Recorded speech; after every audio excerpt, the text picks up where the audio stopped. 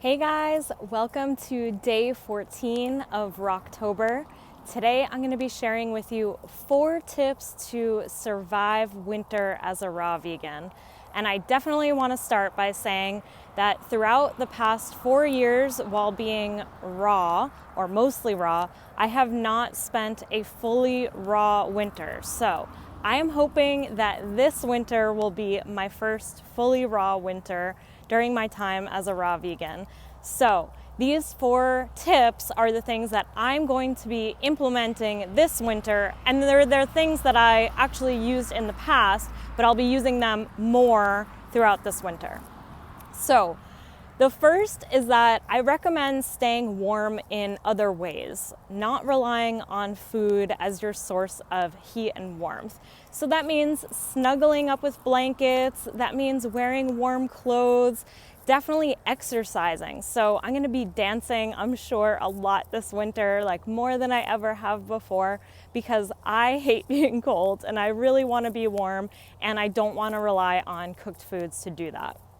So the second thing is to make warm raw vegan recipes. So I love raw soups. One of my absolute favorite recipes is a raw soup, as well as a raw vegan hot chocolate. So I know you guys are going to be asking me for those recipes, and I really want to perfect them and make them my own, because the recipes that I have were actually made with my ex-girlfriend. So I'm going to make my own recipes, and that's something that I'm going to be working on in the next few weeks. So hopefully I'll have an ebook with some warm raw vegan recipes for you guys that do not require a dehydrator.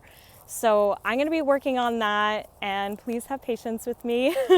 But in the meantime, you can find tons of warming raw vegan recipes online. And if you do have a dehydrator, you can also use that, because that will warm your foods, but it won't cook them. The third thing is that I recommend having fruit that isn't cold. So fruit that you don't have to keep in the refrigerator. So I'm going to be having a lot of bananas. As you guys know, I just always have bananas.